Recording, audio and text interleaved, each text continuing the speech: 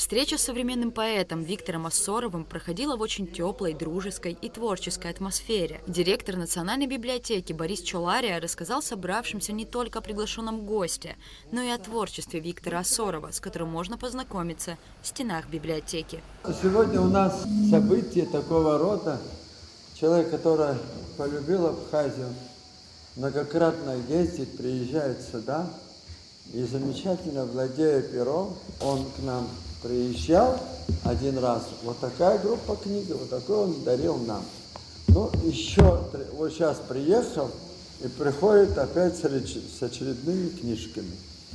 Я захотел, чтобы его познакомить с общественностью, я захотел, чтобы о нем знали.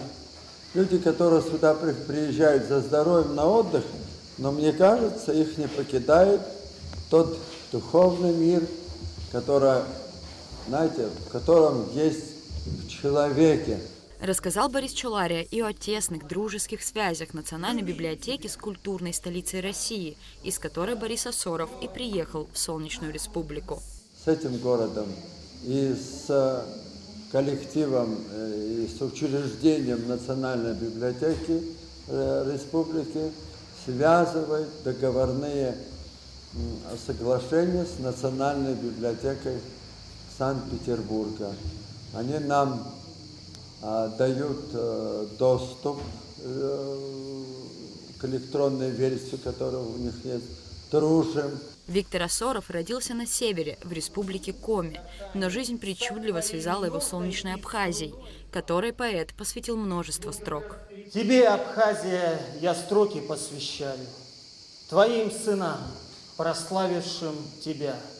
И с наслаждением красотой наблюдаю твоих земель, где яркая заря. Вершины гор твоих, Абхазия родная, пленяют тысячи орлов и стаи птиц. Твое могущество и гордость вековая нас укрепляют среди многих лиц. Ни войны, ни болезни и ни голод сломить не смели гордый дух страны. Ты пережила в сердце зной и холод, тобой гордятся верные сыны. Виктор рассказал, что всегда любил поэзию и, пожалуй, даже знал, что однажды тоже возьмется за перо.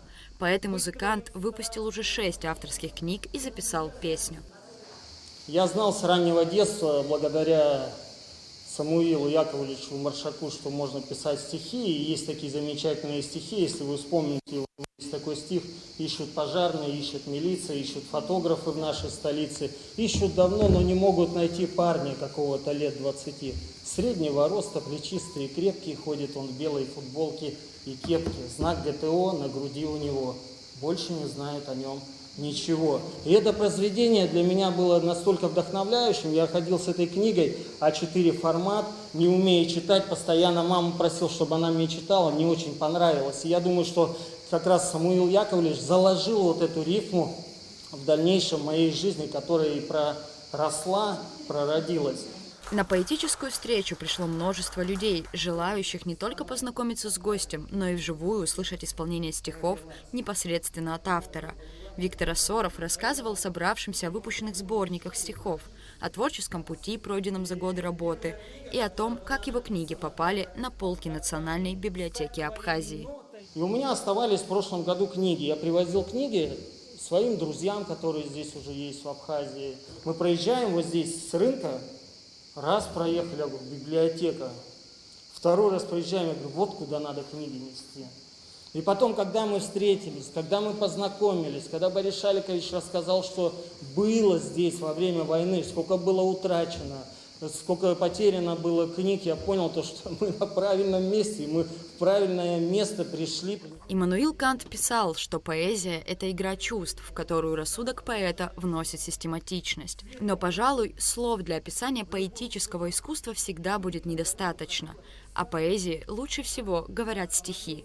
С выпущенными сборниками Виктора Ассорова можно познакомиться в библиотеке имени Папаскир. Рада Чачава, Астамур Гожба, Абхазское телевидение.